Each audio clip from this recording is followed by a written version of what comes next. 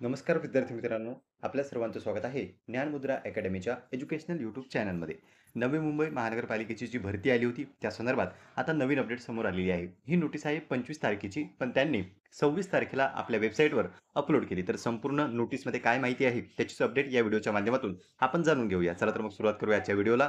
तुम्ही जर चॅनलवर पहिल्यांदा आलेले असाल, तर चॅनलला सबस्क्राईब करून घ्या, कारण की अशाच नवनवीन अपडेट तुम्हाला आपल्या चॅनलवर पाहावयास मिळत असतात. पहा विद्यार्थी मित्रांनो, या ठिकाणी आपण अधिकृत नोटीस बघतोय. दिनांक देखील आहे 25/9/2025 म्हणजे 25 सप्टेंबरला ही नोटीस आलेली आहे. नवी मुंबई महानगरपालिका वरतीच टायटल आहे आणि त्यानंतर सरळ सेवा भरती 2025चं सूचना पत्र. नवी मुंबई महानगरपालिका सरळ सेवा भरती 2025 अंतर्गत सेकंड ऑब्जेक्शन फॉर्म बाबत. अगोदर पहिला ऑब्जेक्शन फॉर्म आला होता आणि आता सेकंड ऑब्जेक्शन फॉर्मसाठी या ठिकाणी लिंक त्यांनी ओपन करून दिली. नवी मुंबई महानगरपालिका सरळ सेवा भरती 2025 अंतर्गत एकूण 30 संवर्गातील 668 पदांसाठी 16, 17, 18 आणि 19 जुलैला या कालावधीमध्ये ऑनलाईन परीक्षा घेण्यात आली होती.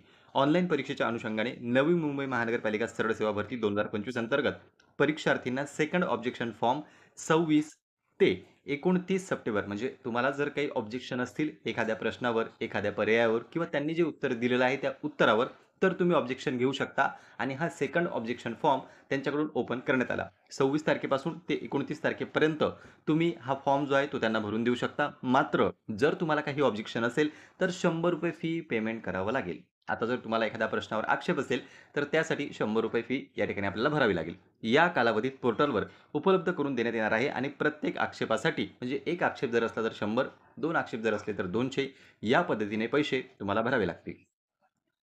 दिनांक 29/9/2025 या कालावधीनंतर आलेले ऑब्जेक्शन फॉर्म विचारात घेतले जाणार नाहीत. म्हणजे 29 तारखेच्या आतच हा जो सोमवार आहे, या सोमवारच्या पूर्वीच म्हणजे सोमवारपर्यंत तुम्ही जर काही तुमचं ऑब्जेक्शन असेल, तर ते नोंदवू शकता. त्याच्यानंतर जर तुम्ही ऑब्जेक्शन नोंदवलं, तर त्याचा विचार केला जाणार नाही, अशी ही नोटीस प्रसिद्ध करण्यात आलेली आहे. म्हणून ज्या विद्यार्थ्यांना जेव्हा त्यांनी ॲन्सर की प्रसिद्ध केली होती, तरी देखील काही तुमचे आक्षेप असतील, तर तुम्ही 29 तारखेपर्यंत नोंदवू शकता. तर पहा विद्यार्थी मित्रांनो, जी काही अधिकृत अपडेट आलेली आहे, ती आपण संपूर्ण या व्हिडिओच्या माध्यमातून जाणून घेतली.